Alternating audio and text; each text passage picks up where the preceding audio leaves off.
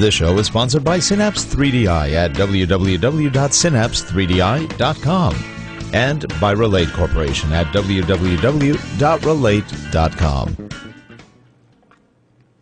Hi, everyone, and welcome to episode 3 of SchreckTeck. My name is Rick Zanotti, and I am joined today, as always, by a very special person. I call her the girl with the golden hair. She is joining us today from Colorado, and we have some special music for her to introduce her.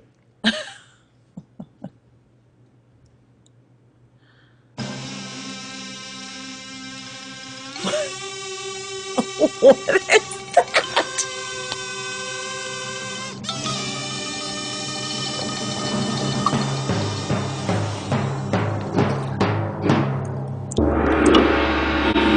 Gina Schreck. What is that? Man, I feel like I'm going into battle. I better be ready. I've got my armor. I've got my tools, my weapons. That was our hamster orchestra doing the Odyssey. That is classic. I figured you'd like that. Classic. The hamsters are working hard this morning. They are working hard. We are ready to roll. And, you know, Rick, you know, we keep talking about taking care of ourselves, and you're doing your, 4-hour body and drinking muscle milk.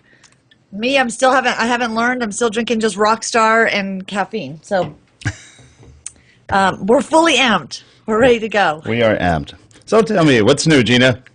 Well, we had the big unconference this past weekend. So for the National Speakers Association, that I was the co-chair with my buddy and now BFF, Neen James. We put on this conference, and it was awesome. And we used a lot of fun technology tools, and that's one of the things we're going to talk about with social media. We really did use social media to put this conference together, used a couple technology tools to do the whole thing. So it was really fun to finally see it come to fruition. So it was exhausting, though. I mean, you're amped and on really about 20 hours a day. We slept about 4 hours each night. So yeah, it was great. And I have to tell you one thing. I'm not a big game player, but on my plane ride home, I was so exhausted. I put my laptop in the overhead, which I never do. And I sat down, and then I just was like, well, what do I do? What does a person do that's not working on a plane? And so I took out my phone and played Angry Birds for the first time. For the first time, I've never played Angry Birds. I've had it on my iPad forever and on my phone, but my kids always play it. And just as I thought I would, I became addicted to Angry Birds. It's very easy to get addicted to Angry Birds.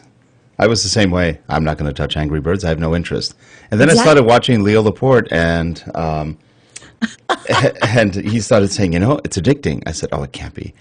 Oh, I have no interest. I could care less about shooting birds around. Right. Right now, it is addicting. I think I've gone through about 60 levels already. So maybe 80. Yeah. Wow. I've gone through the end, and now I have the new set of 20 levels or whatever. It's fun. It's actually a lot of fun, and it kind of keeps you going. The real important part is once you really suck at it, then you get an offer for 99 cents to get the Mighty or Screaming Eagle or whatever it is, and that destroys everything in sight. No skill necessary. But you have to wait 1 hour on each level till the bird shows up. 1 hour meaning you have to play for an hour? Or at least leave your phone or whatever, your iPad around, and an hour later the mighty bird shows up. Kills everything. Gosh. Makes life easy. Back into the game. Yeah. Yeah, I was afraid of that. And we have like the seasonal Angry Birds as well. So we had the Valentine's version. We had the Christmas version. Yep. I'm sure soon we'll get either St. Patrick's Day or Easter Angry Birds throwing Easter eggs or something. Yep. Yeah, we've got all that. I've just never played it. So now... My wife, who doesn't play any games whatsoever, one night picked up her Android, started playing with Angry Birds, and now I catch her at night, 11 o'clock at night, she's over there under the covers. Yeah. And it's addicting. It was addicting. It's a good game. That's how I spent my 3-hour flight back to Denver from Atlanta. It beats actually just sitting on a plane watching other people playing Angry Birds. Yeah. Well, and it was a little, some flights, you have the pediatric flight, which I had on my way out with, I think I counted 5 kids on leashes and 12 strollers, and I sat next to, and I firmly believe on a plane, kids should be duct taped. That's probably a good thing. That, and speaking of, I've got my duct tape. I should have brought that. I could have tied them to their seats. That's a smart. I'm packing this. Well, I'm not talking seats. I'm saying gagging them. Muffles the screams. All those letters go to Rick Zanotti. That's right. PETA can complain about that. Yeah, PETA. The monkey. You're savage children who are not behaved on an airplane. Yes. Yeah. So that's it was a fun weekend. And you chilled and relaxed, huh? We chilled and relaxed. Didn't do much. Very nice. Yeah, I came home exhausted. My husband was sick, and I fell down the stairs. I was so tired. I was trying to carry my suitcase down and put stuff away. Fell down our stairs. So, I'm sitting a little sore this morning. That's not good. Yeah. Yeah, I tell you, fun stuff. Anyway, for those of you who are in the chat room, Gina, how's the chat room doing? The chat room with Pirate Lundy Dave. and Terrence and Lily, yeah, let's see. No questions, no chatter. Any Angry Bird fans? Anybody else playing Angry Birds? Like crazy? Yeah, Dave, it's now, I'm sorry, Pirate Dave. And on Facebook, Dave, you can change your Facebook language to English Pirate. English Pirate. It is the most fun thing ever to do. Arg, matey. It is so funny. It's instead of events, you have grog fests, and instead of messages, you have message in a bottles. It's really funny. And you go into your settings and change the language to pirate language. No one else sees it, so when you send out stuff, they don't see it, but it's everything you're reading. So I always do that in September when it's Talk Like a Pirate Day. So Dave, we might have to do that in honor of you today. Everyone changed their pirate settings. Well, there's our music to tell us it is time to move on to doing social media right. Yeah, I'm gonna share a couple things that we used, tech tools that we use to coordinate this entire conference. When you're working with teams that are geographically dispersed, you need to really find good collaborative tools. And we've talked about this before, and today it'll come into play a little more when we talk about backups and things. But we use Dropbox as our primary tool to put this whole conference together. And we probably had 118 documents by the end in this Dropbox folder over the year that we planned this, and it really was a great tool. And then we used Twitter over email because we found that we could just get quick responses. Both of us were on Twitter, and it was a really interesting way to communicate. And then we did a Skype video call about once a week, and just to plan things, and we went to town and put the whole conference together using those 3 tools, Twitter, Dropbox, and Skype. And then at the conference, we used Foursquare for a learning game, but really to drive attendees to the conference or to the exhibitor booths.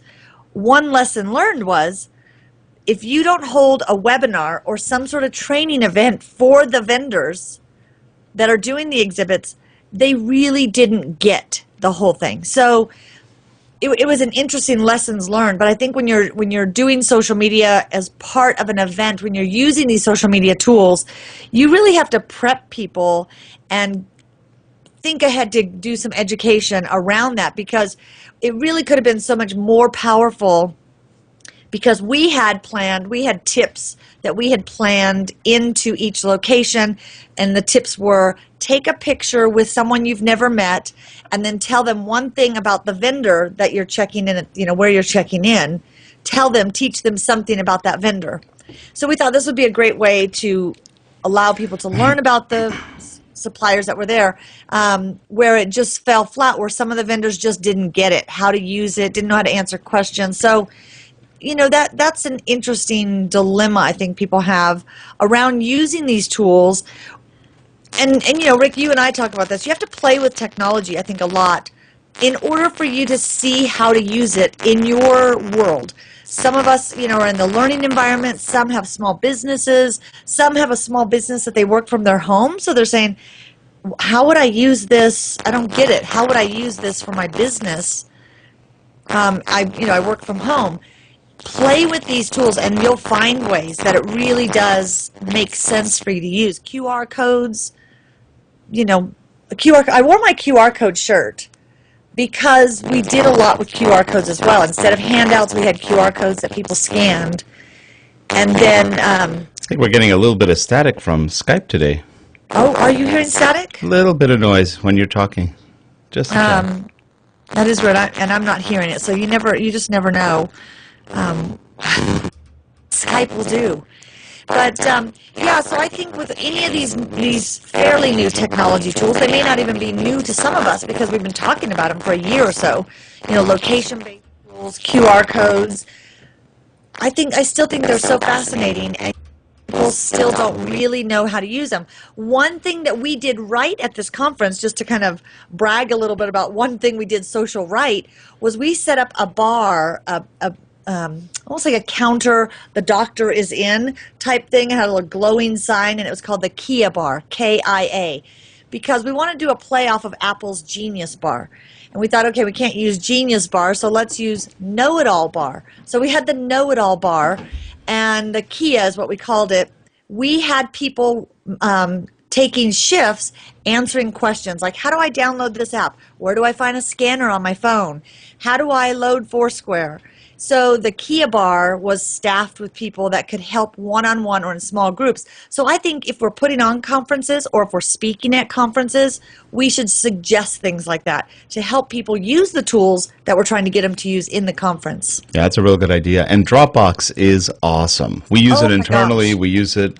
We're even starting to use it for projects where you have certain tools like Articulate, which you can't really work off the network, so we just put it into a Dropbox. Got that advice from Dave Anderson at Articulate, awesome. and it's a great tool. We use it for a lot of stuff. We have quite a few people offsite working, so now we can coordinate documents and everything. So not only good for trade shows, good for everything. It's a great tool. We have one. Everyone in our office has access to our Synapse shared file, and then Neen and I had access, the two of us, to the unconference file. And it was interesting, this came up at the conference. One of the speakers, he misunderstood something in the instructions. He thought he didn't need to bring his laptop, which I can't even imagine going without my laptop, but he thought we were providing laptops in the rooms. So he shows up. I just opened up my laptop, but because he used Dropbox, his presentation was in Dropbox. He logs in, pulls his presentation open on my laptop, boom, ready to go. So, I used to actually put any presentation on a disk, on a jump drive, on my computer, all over. Now, if you save it in Dropbox, you can access it from anywhere. Yeah, it's not a bad way to go. Right. That's a really good backup. So I think that, when we start talking about backup services, that is a tool we more and more. My daughter, who's 14, Schrecklet, I now created a Dropbox folder for her because I said, I'm not coming to your school anymore if you forget your papers. Save it in Dropbox because you can always go in the library at school, open up the file, and pull it down. It wouldn't be great if you could put your kid in Dropbox and they just wind up in school? Transport to school. Boy, that would be great. That would save me a lot of time. Although she's getting ready to do driver's ed. Woo! Well, it's that rock music time to move on to one of your favorite segments. Shiny objects. Shiny objects. And the objects I have today really aren't, well, they could be shiny. One of them, because I'm kind of still in that whole conference mode, and this is great for anyone who has meetings, speaks at conferences, has meetings that people go too long. But this remote is not new. I've had this for a long time. It's just a little Logitech presentation remote. But I used it this weekend. I actually had other people use it because I didn't speak at this conference. But it has a timer in it. You set the timer. And then when there's 5 minutes left, it vibrates in your hand. So it turns your slides and does all the normal presentation remote tasks. But it vibrates when you have 5 minutes left. And then it has a long vibrate when your time is up. And it doesn't explode, right? Well, I said the only thing that would make it better is if at the end of your time it had some sort of shock collar effect that then the speaker would have to stop talking. But Logitech, this was just a great tool. really good for meetings to keep them on task. I just think that's one of our biggest problems in corporate America is meetings that go too long and presentations where you show up with 30 minutes and then they tell you, oh, now all we have time for is 10 minutes.